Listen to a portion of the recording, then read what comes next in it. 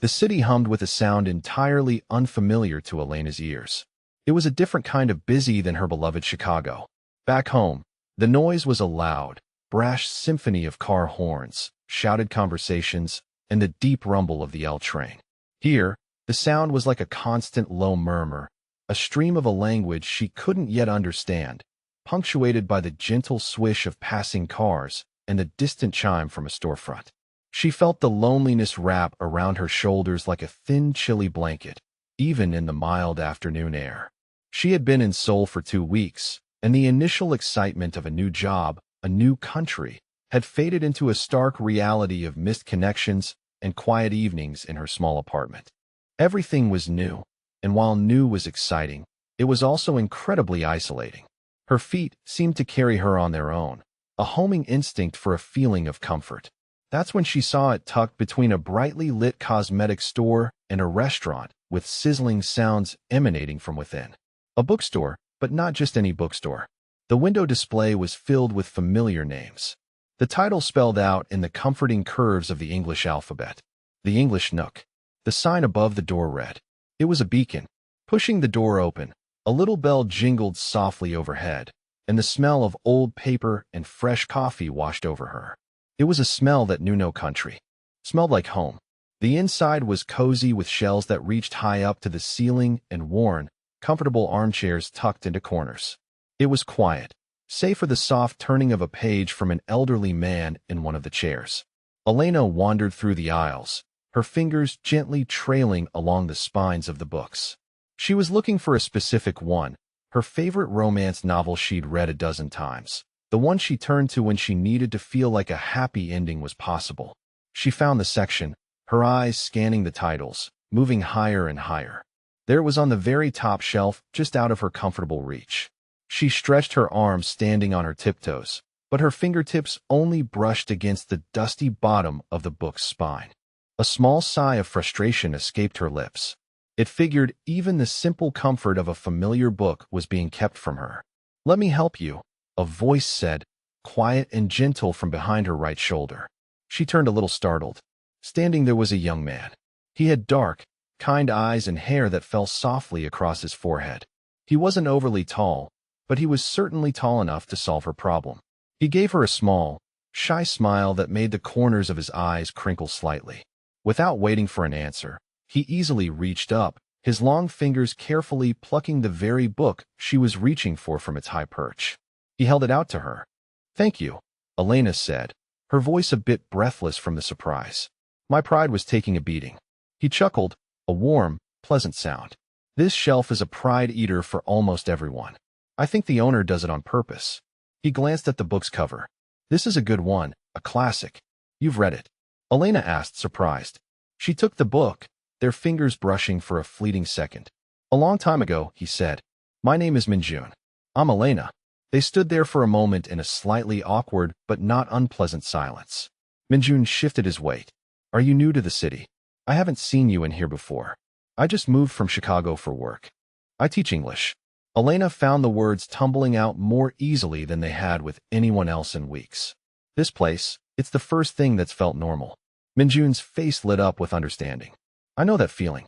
I spent a year studying in Boston. I lived in a used bookstore for the first month. It was my safe place." He pointed to a different shelf. "The owner here has a great collection of art books and graphic novels, too. That's more my area. I'm a concept artist for video games." They began to walk slowly through the aisles. As they talked, Minjun showed her a section with beautiful books filled with paintings and sketches of fantasy worlds, explaining his job. Elena talked about her students back in Chicago and her new class here. The conversation flowed easily like a river finding its natural path. The loneliness that had clung to Elena began to melt away, replaced by a warm, glowing feeling of connection. They talked about favorite foods, the best places to see the city lights, and the strange difficulty of finding good peanut butter in Seoul. They talked until the sun began to set, casting long orange beams through the front window of the shop. Elena realized with a start how much time had passed. "Oh, I had no idea it was so late. I should probably let you go." "No, it's okay," Minjun said quickly, a hint of disappointment in his eyes. "It was really nice talking to you." "It was nice talking to you too, Minjun." Thank you again for the rescue. She held up the book and smiled. As she turned to walk towards the cashier, Minjun suddenly said, "Wait." He rummaged in the small bag he was carrying, pulling out a sketchbook and a pencil. He tore a small corner from a blank page, scribbled something on it, and hurried after her. He held out the tiny piece of paper, his ears turning a distinct shade of pink. "In case you ever want a tour guide, or just someone to talk to about non-book-related things." Elena took the paper. Anna was his name and a phone number. Her heart did a little flip. "I'd like that," she said softly. She paid for her book and walked out of the store, the little bell jingling a cheerful goodbye. The city sounds outside no longer felt like a muffling blanket, but like the background music to a new adventure. She clutched the book in one hand and the small piece of paper in the other, holding on tightly as she walked down the street, a genuine, hopeful smile finally gracing her face. The evening air didn't feel chilly anymore. It felt full of promise. The little piece of paper with Minjun's number felt like a live wire in the pocket of Elena's jeans. For 2 whole days, she carried it with her everywhere, taking it out and smoothing it flat on her kitchen table, looking at the neat, precise numbers. The bravery she felt in the bookstore had faded, replaced by a nervous flutter in her stomach. What if he was just being polite? What if she called and he didn't remember her? The fear of rejection was a cold, heavy weight. Finally, on the 3rd evening, sitting cross-legged on her floor with a bowl of uneaten noodles in front of her, she picked up her phone. She typed a simple message, her thumbs clumsy and hesitant. "Hi, Minjun, it's Elena from the bookstore." She hit send before she could change her mind, and immediately threw her phone onto the couch as if it were suddenly hot to the touch. It buzzed less than a minute later. His reply was warm and immediate, filled with a smiling emoji and a question about her week. The flutter in her stomach turned into a warm, spreading glow. Their first official date was at a sprawling weekend market. A chaotic and wonderful place Minjun insisted she had to see.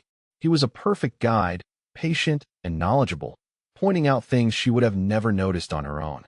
He bought her a hot sweet pastry filled with red bean paste, watching her face with an amused smile as she took her first surprised bite.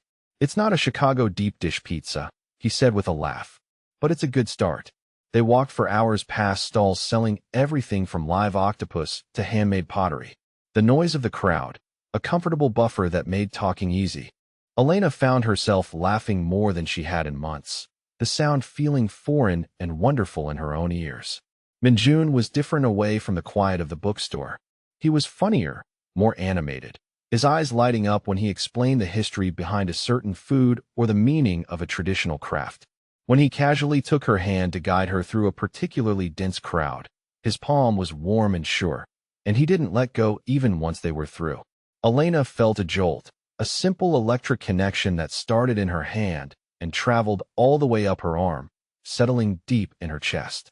The dates that followed painted a new, brighter picture of the city for Elena. It was no longer a place of lonely anonymity, but a canvas for their growing connection. They spent a drizzly afternoon in a massive art museum, speaking in hushed tones in front of dramatic ancient landscapes. Minjun would stand for a long time before certain paintings, his head tilted, and he would whisper to her about the artist's use of light and shadow, his passion for art evident in every soft-spoken word. On a sun-drenched day, they took a long walk along the old city wall, the ancient stonework winding through a modern park.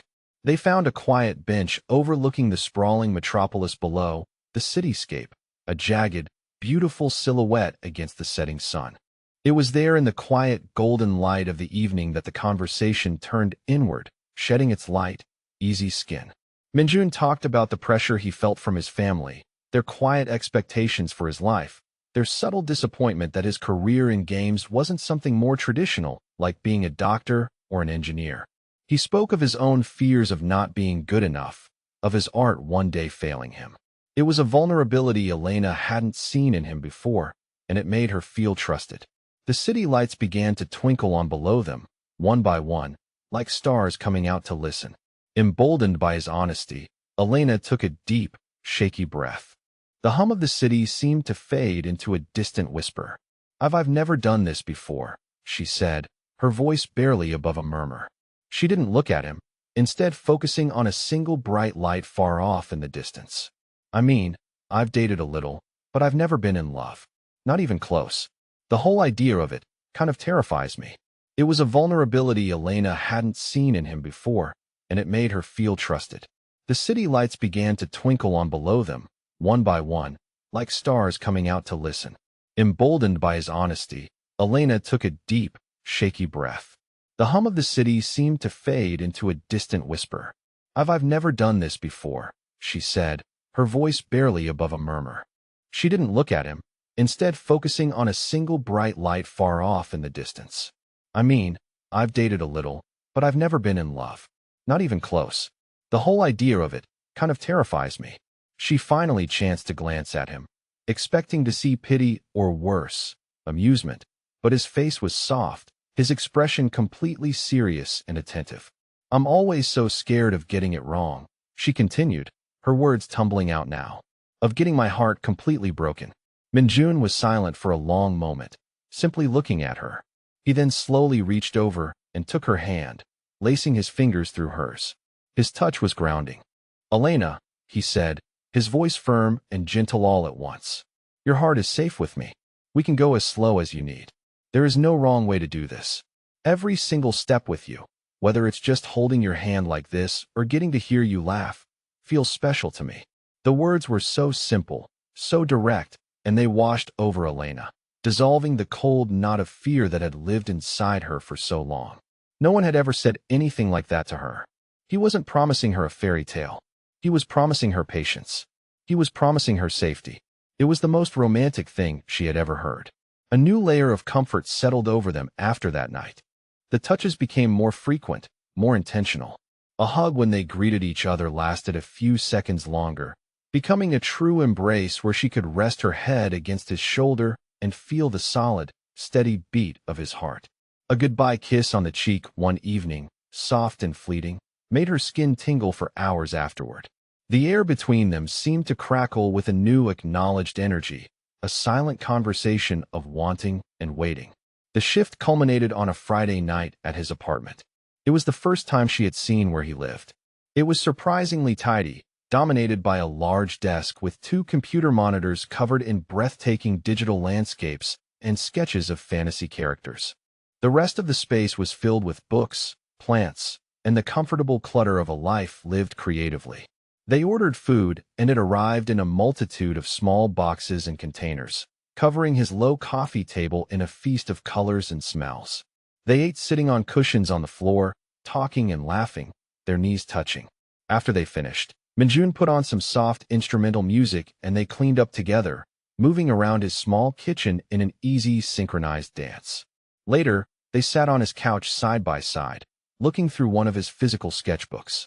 He was shy about it at first, but Elena insisted, and he slowly turned the pages showing her drawings from his childhood, from his time in Boston, and recent quick sketches of city scenes. Then he turned a page, and Elena's breath caught. It was her. It was a detailed, beautifully shaded pencil drawing of her profile, her head slightly tilted, a small smile on her lips. It was the face she saw in the mirror, but seen through his eyes. Softer, more thoughtful, more beautiful. Minjun, she whispered, her eyes suddenly stinging with tears. When did you? After our second date, he admitted, his voice low. I couldn't get your face out of my head. I had to try and capture it. He looked genuinely nervous, searching her face for her reaction. In that moment, any last remaining wall around Elena's heart crumbled to dust. She reached out and cupped his face, her thumb gently stroking his cheek. She leaned in and kissed him. It started soft and slow, a tender exploration. But then something shifted. The careful patience they had practiced melted away in the heat of the moment, replaced by a wave of pure, unspoken desire that had been building for weeks. The kiss deepened, becoming more urgent, more passionate. It was a conversation without words, full of everything they had been too shy or too scared to say aloud. His hands came up to cradle her face, then slid into her hair, pulling her closer. Her own hands fisted in the soft fabric of his shirt, holding on as if she might float away. The sketchbook tumbled, forgotten, to the floor. The world outside his windows, the entire city of Seoul, ceased to exist. There was only the feel of his lips on hers, the sound of their ragged breathing, the overwhelming sense of rightness. He pulled back just enough to look into her eyes, his own dark and full of a silent question. In answer she stood, taking his hand and leading him from the couch. The journey to his bedroom was a blur of soft touches and whispered names. What followed was not a frantic rush, but a slow, deliberate discovery. It was a night of firsts for Elena, not just of physical intimacy, but of a profound emotional nakedness. In the quiet dark, with only the city's glow filtering through the blinds, there was no fear, no hesitation. There was only Minjun's gentle hands, his reverent whispers against her skin, and the breathtaking feeling of being truly, completely seen and cherished. It was not just two bodies coming together. It was two souls finally fully choosing to trust each other with everything they were. Later, as she lay curled against his side, her head on his chest, listening to the steady, strong rhythm of his heartbeat slow to a calm, sleeping pace, she knew this was what all the songs and books were about. This was the thing that was worth being brave for. The golden period that followed felt like a dream from which Elena never wanted to wake. The city of Seoul, once a landscape of lonely echoes, had been completely remade. Its streets were now a map of their shared memories. The bench on Namsan Mountain was where they had shared their first real kiss under a blanket of stars. The tiny hidden dumpling shop in a back alley was their spot. The Ajama who ran it always greeting them with a wide, gap-toed smile and an extra serving of kimchi. Minjun's apartment was no longer just his.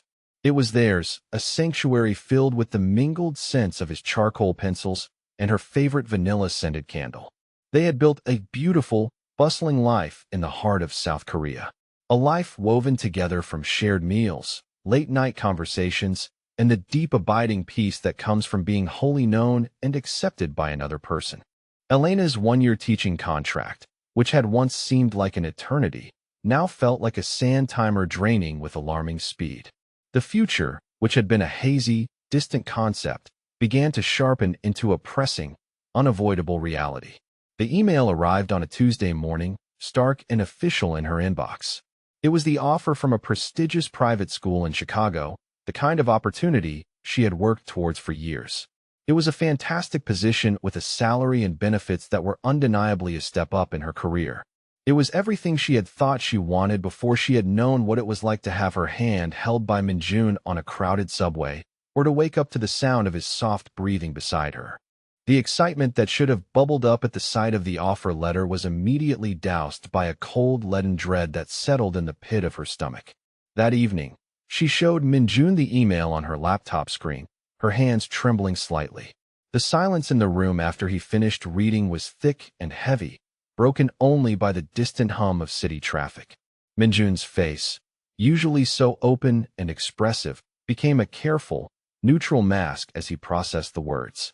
He was quiet for a long time just looking at the screen. "This is incredible, Elena," he finally said, his voice carefully measured. "You should be so proud. This is what you wanted." "It was what I wanted," she whispered, her voice cracking on the last word. Before they tried to talk about it logically like two rational adults, they sat at his small kitchen table and listed the pros and cons, their voices low and strained. He could not easily leave his job. His project was in a critical phase. She could not turn down this offer. It was a career-defining moment. The conversation went in circles, each loop tightening the knot of anxiety in Elena's chest. They were speaking different languages, the language of practical dreams clashing violently with the language of the heart. For the next few days, a strange polite distance grew between them. They were still together, still sharing meals in a bed, but a pane of invisible glass had slid into place. They were careful with their words, avoiding the giant, unspoken thing that loomed over them. The easy laughter was scarce, replaced by long, thoughtful silences. Elena felt like she was watching the colors of their beautiful life together begin to slowly drain away, fading to a worrisome gray. One afternoon, a week after the offer, Minjun told her he had to work late. The excuse felt flimsy and a fresh wave of fear washed over Elena. Was this it? Was he pulling away because the problem was too big to solve? The hours dragged by. She tried to read, to watch a movie, to do anything to quiet the frantic beating of her heart, but it was useless. As evening deepened into night, her phone finally buzzed. It was a single text from Minjun. Can you meet me at the bookstore? Now, confusion and a flicker of hope warded within her. Why the bookstore? She pulled on her jacket and hurried out into the cool night air, her footsteps quick and anxious on the pavement. The city was quieting down. The English nook was dark, its closed sign facing the street, but the door was unlocked. Pushing it open, the familiar scent of old books and wood polish enveloped her. A single small lamp was lit on the main counter, casting a warm, intimate pool of light in the vast shadowy space. And there, standing in the very aisle where they had first met, was Minjun. He looked nervous, his hands clenched tightly in front of him, but his eyes held a determined, unwavering light as they met hers. Minjun, what's going on? Elena asked, her voice echoing slightly in the empty store. He took a deep breath. I've been thinking, he began, his voice steady but soft. I've been thinking about practical things and impossible things. And I realized I was thinking about it all wrong. He took a step toward her. I was thinking about my career here and your career there. I was thinking about distance and visas and all the reasons why this couldn't work. He took another step, now close enough for her to see the deep emotion in his dark eyes. And then I thought about coming home to an apartment that you weren't in. I thought about this city without your laugh in it. I thought about a future where I only got to see you through a screen. His voice wavered for the first time. And that future felt empty. It felt completely wrong. Elena's heart was pounding so hard she was sure he could hear it. Tears were already welling in her eyes, blurring his image. I don't want a practical life, Elena, Minjun said, his voice growing stronger, filled with a conviction that seemed to light up the entire dark bookstore. I want a life with you. Then he slowly, deliberately got down on one knee right there on the worn wooden floor between the shelves of romance and adventure. He pulled a small velvet box from his pocket and opened it. Inside was a simple, beautiful silver band with a single sparkling diamond. Elena brought her hands to her mouth, a choked sob escaping her lips. My home isn't in Seoul, Minjun said, looking up at her, his love for her shining openly on his face. It isn't an apartment or a city. My home is you, Elena. It's wherever you are. Please, let me come to Chicago with you. Let's build our home there together. Will you marry me? The world stopped. All the fear, the anxiety, the impossible choice, it all shattered and fell away at his words. There was no decision to make anymore. There was only this man, this love, this forever he was offering. She breathed out the word. A joyful, tearful release. Yes, Minjun. 1,000 times. He slid the ring onto her finger, his own hands shaking. And then he stood pulling her into his arms and kissing her with a passion that held all the promise of their future. They stood there wrapped in each other in the quiet, holy space where their story had begun. The first page in this new, beautiful chapter forever linked. 1 year later, the view from their apartment window was of the glittering skyline of Chicago, a different constellation of city lights, but one that now felt just as much like home. The living room was warm and lived in, a harmonious blend of her things and his. A large canvas print of one of Minjun's fantasy landscapes hung beside a framed vintage map of Seoul. On the couch under a soft knitted blanket, Elena sat with her feet tucked up, a well-loved book resting in her lap. Minjun was beside her, a sketchbook balanced on his knees, his pencil moving swiftly across the page. He was drawing the scene before him. The cozy room, the city lights beyond the window, and most importantly, the woman beside him, the simple silver band on her finger catching the lamplight. Remember when we thought it was impossible? Elena said softly, not looking up from her book. Minjun paused his sketching and looked over at her, a slow, deep smile spreading across his face. He reached out and laid his hand on her bare foot, his thumb making slow, comforting circles. It was only impossible without you, he said simply. They had crossed an ocean for this.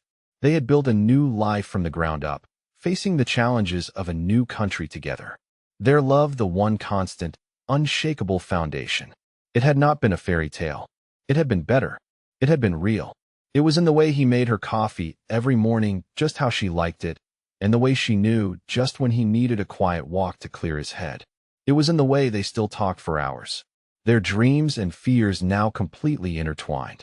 Their love story wasn't about a single dramatic moment, but about the millions of tiny choices they made every single day to choose each other to build a forever one patient loving moment at a time. And as they sat there together in the peaceful quiet of their own home, surrounded by the evidence of their shared life, they both knew without a single doubt that their greatest adventure was only just beginning. If you enjoyed following Elena and Minjun's journey from a chance meeting to a love that crossed oceans, be sure to subscribe for more unique and heartfelt romance stories. The wedding planning began with the kind of careful navigation that comes when two cultures meet at the altar. Elena's mother flew in from Chicago 3 months before the ceremony, her arms full of bridal magazines and opinions about proper American wedding traditions. Minjun's parents arrived from Seoul 2 weeks later, carrying with them generations of Korean customs and expectations that felt as foreign to Elena as the language they spoke in rapid, concerned whispers when they thought she wasn't listening. The first family dinner was a diplomatic minefield disguised as Korean barbecue. Elena sat between the two worlds, translating more than just words as her mother enthusiastically explained her vision of a church ceremony with organ music and white roses, while Minjun's mother quietly described the importance of the Paebik ceremony and the significance of dates chosen according to lunar calendar. Minjun watched Elena navigate the conversation with the skill of a seasoned interpreter, his hand finding hers under the table when the tension grew too thick. "We don't have to do everything," he whispered to her later as they walked home through the Chicago streets that had become theirs. "We can pick what feels right for us." But Elena knew it wasn't that simple. These weren't just preferences being debated over bulgogi and banchan. These were the hopes and dreams of parents who had raised their children in different worlds, who measured love and commitment through different lenses. She wanted to honor both, even if it meant wearing a traditional hanbok for the morning ceremony and changing into a white dress for the evening reception. Even if it meant learning to bow properly and understanding which relatives deserved which level of formality. The dress shopping became an exercise in compromise. Elena's mother had envisioned something classic and elegant, with lace sleeves and a cathedral train. Minjun's mother suggested something that would be appropriate for the traditional ceremonies, modest and respectful. Elena found herself standing in a bridal shop, surrounded by mirrors and opinions, trying to reconcile the image she had of herself as a bride with the expectations of everyone else. The dress she finally chose was neither what her mother had pictured nor what Minjun's mother had hoped for. It was something entirely her own, simple and beautiful, with clean lines that felt modern but respectful, elegant but not ostentatious. When she emerged from the dressing room wearing it, the tears in both mothers' eyes told her she had found the right balance. The venue negotiations were equally complex. Elena's family expected a traditional church, but Minjun's parents had their hearts set on a location that could accommodate both the Western ceremony and the Korean traditions. They finally settled on a historic mansion with gardens that could host multiple events, where the morning could flow seamlessly into the afternoon, where both families could feel at home. As the wedding date approached, Elena found herself learning more about Korean culture than she had in all her time in Seoul. Minjun's aunt taught her how to prepare simple dishes that would please his grandmother. His cousin coached her through the proper way to bow and receive gifts during the Paebik ceremony. She practiced pronouncing the names of distant relatives and memorized which aunts and uncles held which positions in the family hierarchy. But it was the quiet moments with Minjun that reminded her why they were doing all of this. Late at night, when the wedding planning books were closed and the family expectations were set aside, they would sit together on their couch and talk about the life they were building. Not the wedding day, but the days that would come after. The compromises they would need to make, the traditions they would create together, the children they might have someday, and how they would raise them to understand both worlds. The morning of the wedding dawned crisp and clear, the kind of October day that Chicago does best. Elena woke up in her childhood bedroom, surrounded by her bridesmaids and the controlled chaos of getting ready. Her mother was crying happy tears as she helped fasten the tiny buttons on the back of the dress. Her sister was taking pictures of everything, documenting the transformation from teacher to bride. Meanwhile, across the city, Minjun was going through his own morning rituals. His father helped him into the traditional Korean groom's attire for the first ceremony, explaining the significance of each piece as he dressed. His best man, a friend from art school, kept everyone laughing with stories from their college days, while his mother fussed over details that only she could see. The paybeak ceremony was intimate and reverent, attended only by immediate family in a small room at the venue. Elena knelt beside Minjun in her hanbok, the silk rustling softly as she bowed deeply to his parents, offering them dates and chestnuts in exchange for their blessing. The ritual felt ancient and sacred, connecting her not just to Minjun, but to generations of women who had performed these same movements, spoken these same words. When Minjun's mother placed the fruit back in Elena's hands, whispering a blessing for many children and much happiness, Elena felt the weight of tradition settling around her shoulders like a mantle. This was what belonging felt like. Not the absence of differences, but the recognition that love could bridge any gap. The Western ceremony took place in the garden as the afternoon sun filtered through the trees. Elena walked down the aisle on her father's arm, her eyes locked on Minjun's face as he waited for her at the altar. He had changed into a classic black suit, but she could see traces of the mourning in his eyes, the way they held the memory of ancient vows alongside these new ones.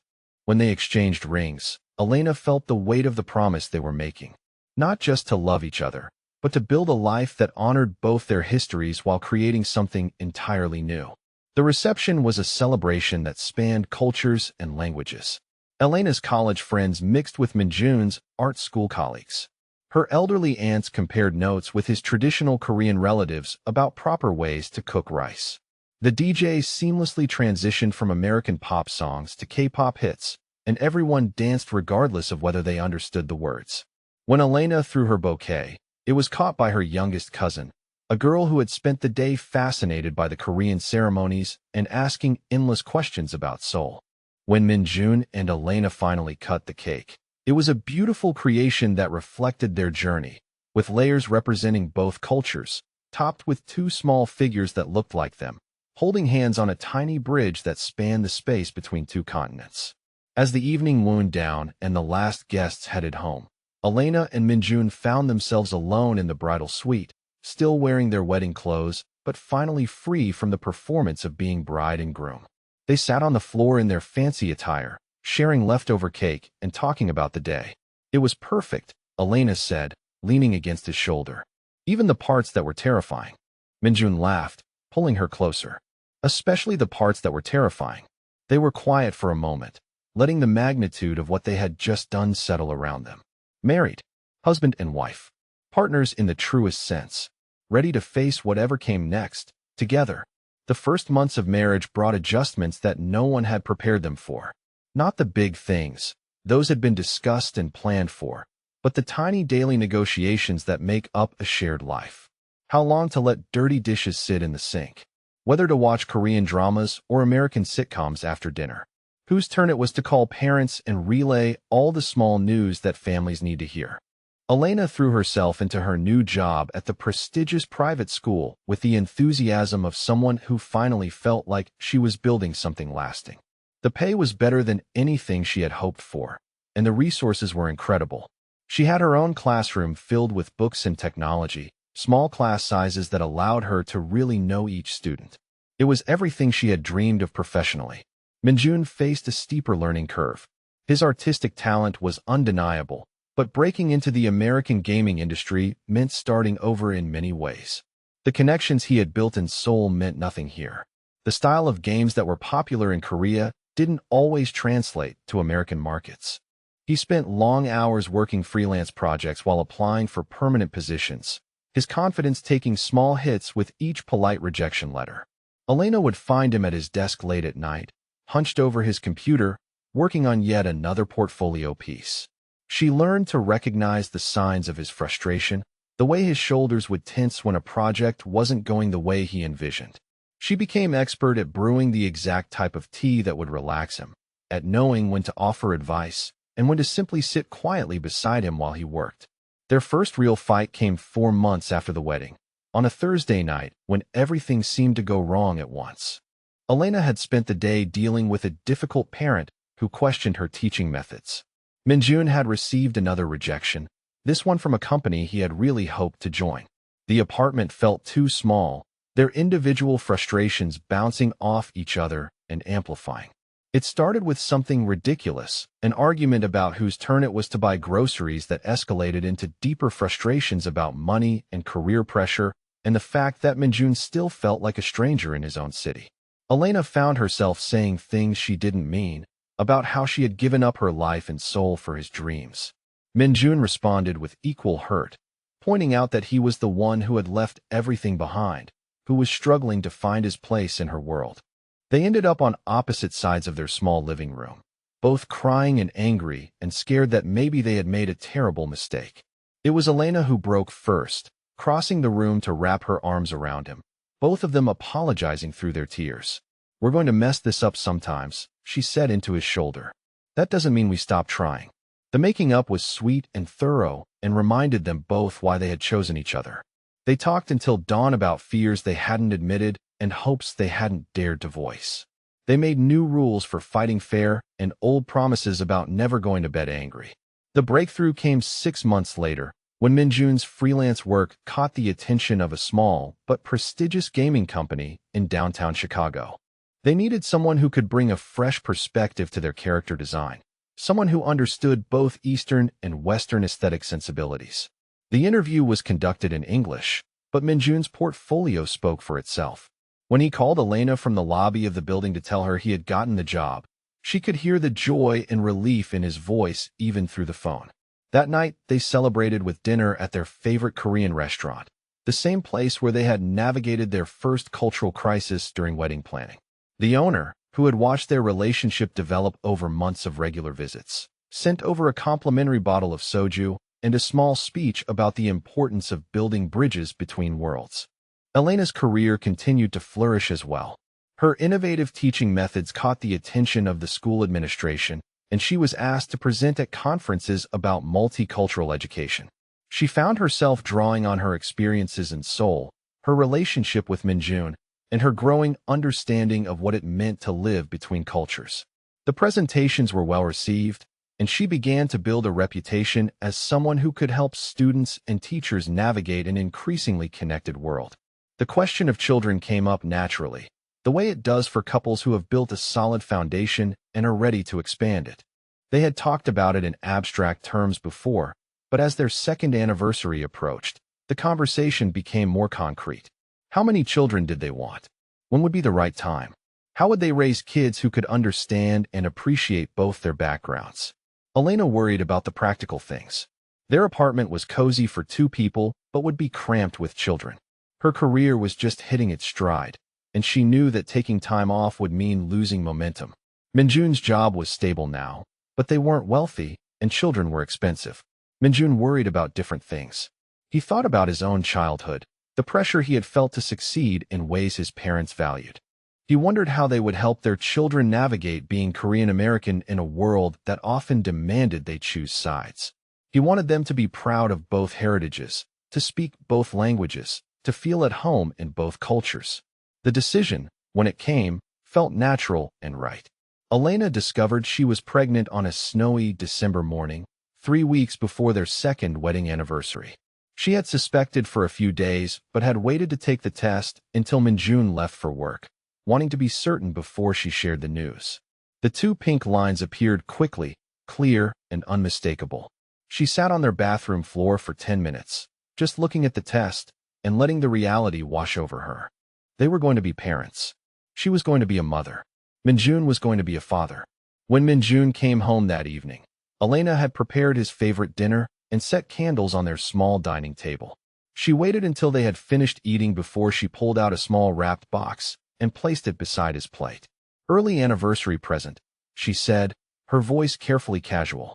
Inside the box, nestled in tissue paper, was a small pair of baby shoes, impossibly tiny and soft. Minjun stared at them for a long moment, his brain processing what he was seeing. Then his eyes flew to Elena's face, searching for confirmation. She nodded, tears already spilling down her cheeks. "We're having a baby," she whispered. The chair scraped against the floor as Minjun stood and crossed to her, pulling her into his arms and spinning her around their small kitchen. When he set her down, his hands went immediately to her still flat stomach, his face full of wonder and joy and terror. "We're having a baby," he repeated, as if saying it would make it more real. They stayed up late that night, talking about names and nursery colors and all the ways their lives were about to change. They called their parents, navigating the time differences and language barriers to share the news. Elena's mother cried happy tears and immediately started making plans to visit.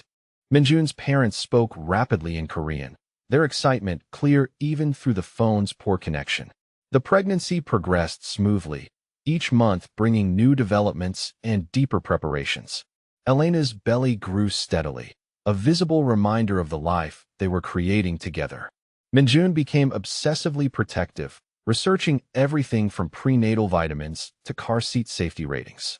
He started sketching constantly, designing imaginary creatures and fairy tale characters for the children's books he planned to create for their child.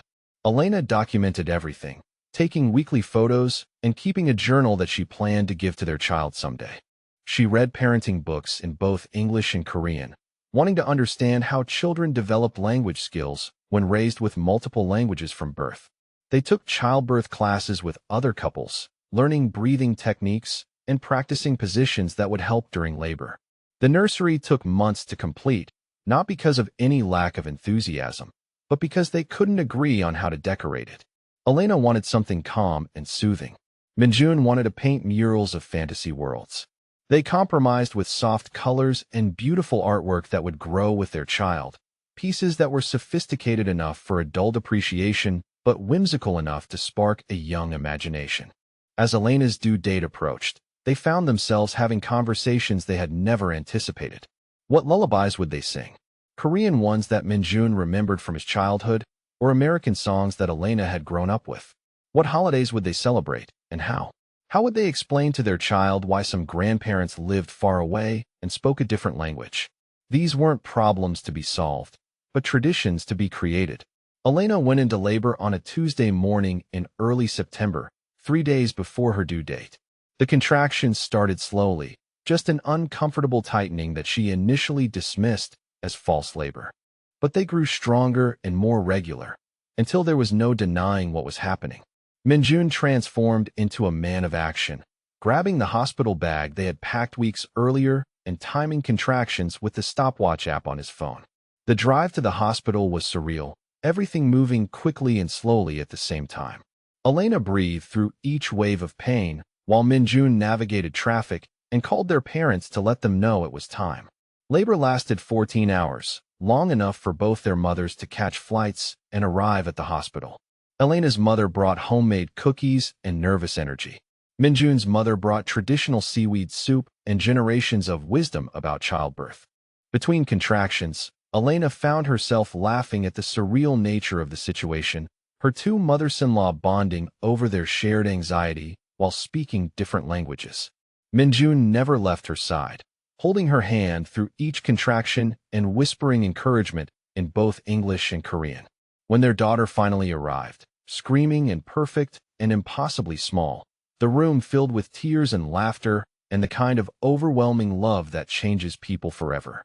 She had Minjun's dark hair and Elena's stubborn chin, and when she opened her eyes for the first time, she seemed to look directly at her parents with an expression of mild curiosity, as if she was wondering what all the fuss was about. They named her Sophia Minji, a name that honored both cultures while belonging completely to her. Sophia for Elena's grandmother, who had passed away the year before. Minji for wisdom and intelligence in Korean, a name that could be pronounced easily in both languages, that would allow her to move between her two worlds without having to explain or translate herself. The first weeks of parenthood were a blur of sleepless nights and steep learning curves.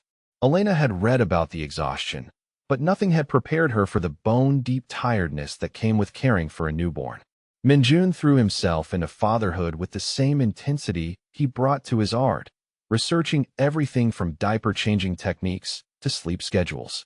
Their small apartment became a shrine to baby care, with supplies and equipment taking over every available surface. Sophia was a good baby, as these things go, but she still demanded attention every few hours, day and night. Elena learned to nurse while half asleep, to change diapers in the dark, to decode the different types of cries that meant hungry or tired or uncomfortable. Minjun became expert at soothing walks around the apartment at 3 in the morning, bouncing Sophia gently while humming Korean folk songs his mother had sung to him. Their parents took turns visiting, each bringing their own expertise and opinions about proper baby care. Elena's mother showed them how to swaddle effectively and when to introduce solid foods. Minjun's parents brought traditional Korean baby clothes and shared stories about his own infancy. The cultural negotiations that had seemed theoretical during wedding planning became very practical very quickly when it came to raising Sophia. Going back to work after maternity leave was harder than Elena had anticipated. She had expected to miss Sophia, but she hadn't expected the physical ache of separation that hit her every morning when she left for school. The first day, she called Minjun 3 times before lunch just to check that everything was okay. Minjun had arranged his schedule to work from home several days a week, allowing him to be Sophia's primary caregiver when Elena was teaching. He approached fatherhood with the same attention to detail he brought to his art, documenting Sophia's development with both photographs and sketches. He drew her sleeping, playing, making faces at her reflection in the mirror. His portfolio began to include a new section, studies of his daughter that captured not just her appearance, but her personality as it emerged day by day. The balance they found wasn't perfect, but it worked for them. Elena would come home from school energized by her students and eager to hear about Sophia's day. Minjun would share stories about new sounds Sophia had made or toys she had shown interest in, and Elena would update him on her own day, the lessons that had gone well and the challenges she was working through. Evenings became precious, the 3 of them together in their small living room. Sophia playing on her blanket while Elena and Minjun caught up on everything they had missed during their separate days. They developed new rituals around parenthood, small traditions that made their family unique. Saturday mornings became pancake breakfasts, with Elena cooking while Minjun entertained Sophia with silly songs. Sunday afternoons were for long walks through the neighborhood, Sophia secure in her stroller while Elena and Minjun rediscovered their city from the perspective of parents planning for their daughter's future. As Sophia grew from infant to baby to toddler, her personality began to emerge in ways that delighted and challenged her parents. She was curious and determined, traits she seemed to have inherited equally from both sides of her family. She babbled in sounds that seemed to incorporate both English and Korean phonetics, as if she was already preparing to be bilingual. When she took her first steps, it was toward a bookshelf, reaching for a colorful picture book that had caught her attention. Elena and Minjun looked at each other and laughed, recognizing their own love of stories reflected in their daughter's first independent movement. Sophia's first birthday was celebrated with both American and Korean traditions. There was a birthday cake with a single candle, but there was also a traditional Korean first birthday ceremony called daljanshi, where Sophia was presented with various objects that were supposed to predict her future. When given the choice between money, books, and art supplies, Sophia grabbed the paintbrush her father had included, holding it triumphantly while her grandparents nodded approvingly and took dozens of photographs. As Sophia began to talk, she seamlessly mixed English and Korean words, creating her own unique language that her parents had to interpret for confused grandparents during video calls. She called Elena Mama and Minjun Appa, but she also had her own words for important things. Her beloved stuffed rabbit was bunya, combining the English word with the Korean particle ya. Her favorite food was rice mixed with anything, which she called bapium, making everyone laugh with her creative vocabulary. The challenges of raising a bicultural child became more apparent as Sophia grew older and more aware of differences. When she started preschool, she was initially confused by teachers who didn't understand when she mixed languages and other children who looked different from her parents. Elena and Minjun worked carefully to help her understand that she was lucky to have 2 cultures, 2 languages, 2 sets of traditions to draw from. They read her books about other children with mixed heritage, and they made sure she had regular contact with both sets of grandparents through video calls and annual visits. Sophia's 3rd birthday coincided with a major milestone for Elena's career. Her innovative teaching methods had caught the attention of education publishers, and she was offered the opportunity to write a book about multicultural education. The advance wasn't huge, but it was enough to allow them to move to a larger apartment with space for Sophia to have her own room and Minjun to have a proper home studio. The new apartment was in a neighborhood with good schools and a significant Korean-American population, where Sophia would grow up seeing other families like hers, other children who moved between cultures the way she did. As they packed up their old apartment, Elena found herself reflecting on how much their lives had changed since that first day in the Seoul bookstore. They had built something beautiful together, something that honored both their backgrounds while being uniquely their own. Their love story hadn't ended with marriage or even with Sophia's birth, but had continued to evolve, deepening with each challenge they faced together. The move to the new apartment felt like the beginning of another chapter, one where Sophia would have space to grow and explore her own identity, where Elena could continue to advance her career, where Minjun could create the children's books he had been dreaming about. As they unpacked boxes in their new home, Sophia running between rooms and claiming spaces as her own, Elena and Minjun exchanged glances that held all the satisfaction of people who had built something lasting. They had crossed oceans for love, navigated cultural differences, learned new languages of compromise and understanding. They had created a family that was both a bridge between worlds and a destination unto itself. Their greatest adventure was still just beginning, but they were no longer the uncertain young people who had met by chance in a bookstore. They were partners, parents, builders of traditions, and keepers of dreams. They had learned that love wasn't just about finding the right person, but about choosing each other every day, through small moments and big changes, through the ordinary magic of building a life together. And as Sophia fell asleep in her new room that first night, surrounded by boxes still to be unpacked and dreams still to be realized, Elena and Minjun knew that whatever came next, they would face it the way they had faced everything else, together, with love as their constant foundation and hope as their guiding star.